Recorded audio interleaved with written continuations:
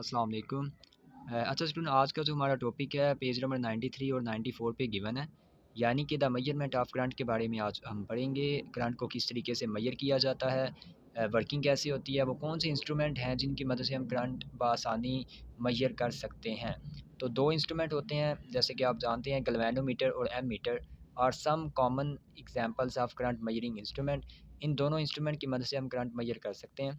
अब हम देखते हैं इनकी वर्किंग क्या किस तरह से होती है और इनका स्ट्रक्चर कैसा होता है। तो सबसे पहले हम गैल्वेनोमीटर की बात करते हैं। गैल्वेनोमीटर जो है, इसके ऊपर हमारे पास ये देख सकते हैं आप, एक रेड टर्मिनल है, एक ब्लैक टर्मिनल है। रेड वाला टर्मिनल पॉजिटिव टर्मिनल को शो करता है, जबकि ब्लैक वाला नेगेटिव टर्मिनल को शो करता है। इसके अलावा यहाँ पे हमारे पास एक नीडल होती है जो कि उस वक्त मूव करती है या डिफ्लेक्ट करती है जब गैल्वेनोमीटर में इससे करंट फ़्लो करता है या पास करता है। इसके ऊपर एक रीडिंग हमारे पास डिवीजन लिखी होती हैं जो कि डिफ्लेक्शन की मेजरमेंट को बताती हैं। अच्छा, यहाँ पे अगर आप डेफिनेशन में भी देखें तो it is a very sensitive instrument, मतलब कि ये इतना सेंसिटिव होता है कि बहुत थोड़ा करंट भी अगर गैल्वेनोमीटर में से गुजरता है तो डिफ्लेक्शन शो होना शुरू हो जाती है। तो गैल्वेनोमीटर का वैसे भी काम जो है वो करंट को डिटेक्ट करना होता है, और बहुत ही फ्यू मिली एम्पेयर का करंट जो है ये उसको डिटेक्ट कर सकता है। इसके अलावा अ, इसमें आपने ये बात भी याद रखनी है कि पोलैरिटी वाइज़, जैसे अभी आपको मैंने बता भी दिया था कि 2 ही टर्मिनल्स हैं, एक पॉजिटिव टर्मिनल्स और एक नेगेटिव टर्मिनल्स। और एक और बात भी कि गैल्वेनोमीटर को जब हम सर्किट में लगाते हैं तो सीरीज़ कॉम्बिनेशन में लगाया जाता है, यानी कि करंट के गुज़रने का जो पाथ होता है वो एक ही होता है। जैसे कि आप इस डायग्राम में भी देख सकते हैं, यहाँ पे हमने बाय द वे एमीटर को अटैच किया हुआ है, लेकिन जब हम गैल्वेनोमीटर को सर्किट में लगाते हैं तो वो भी इसी पैटर्न से होता है। यानी कि बैटरी के साथ कोई स्विच है, फिर हम यहाँ पे गैल्वेनोमीटर या एमीटर दोनों में से किसी को भी लगाएँगे, दोनों को सीरीज़ में लगाया जाता है। पॉजिटिव टर्मिनल पॉजिटिव से अटैच होता है, जबकि negative terminal negative terminal of battery से अटैच होगा। अच्छा, ये बात कि इसको सीरीज़ में लगाया जाता है सर्किट में, ये तो बहुत ज़रूरी है।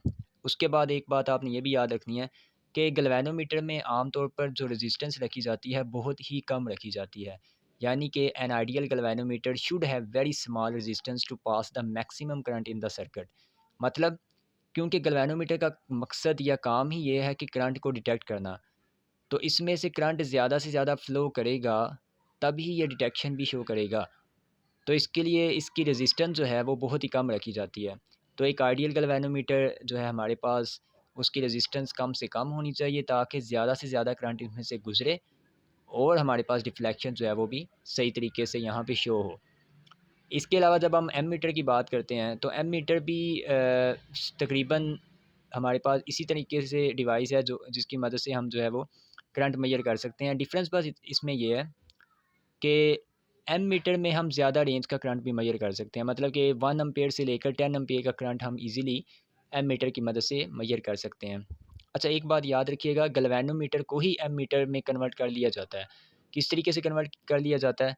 जब हम एक गैल्वेनोमीटर के साथ एक शंट रेजिस्टेंस, मतलब कि बहुत छोटी रेजिस्टेंस एक पैरेलल कॉम्बिनेशन में लगा देते हैं, तो वही गैल्वेनोमीटर एमीटर में कन्वर्ट हो जाता है। तो ये लाइन में ये देखें, यहाँ पे लिखा भी हुआ है, after suitable modification galvanometer can be converted into an ammeter. तो गैल्वेनोमीटर जो है वो एमीटर में तब्दील हो जाता है अगर हम एक बहुत स्मॉल रेजिस्टेंस, जिसको शंट रेजिस्टेंस का नाम दिया जाता है, हम गैल्वेनोमीटर के साथ पैरेलल कॉम्बिनेशन में लगा दें तो अच्छा, यहाँ पे मैं बता रहा था कि करंट जो है वो 1 एम्पेयर से लेकर 10 एम्पेयर का करंट हम जो है वो आसानी से एमीटर की मदद से मेजर कर सकते हैं। जबकि गैल्वेनोमीटर में हम मेंट तो बहुत मुश्किल होता है, डिटेक्शन का काम सिर्फ़ करते हैं, मतलब करंट का सिर्फ़ हम सुराग ही लगाते हैं। इसके अलावा गैल्वेनोमीटर और एमीटर दोनों को सीरीज़ में लगाया जाता है, जैसे मैं आपको पहले भी बता चुका हूँ। और ताकि मकसद यही होता है कि ज़्यादा से ज़्यादा करंट इसमें से गुज़रे, और हम ईज़िली जो है वो अपनी रीडिंग को या जो भी मेजरमेंट है वो हम देख सकें।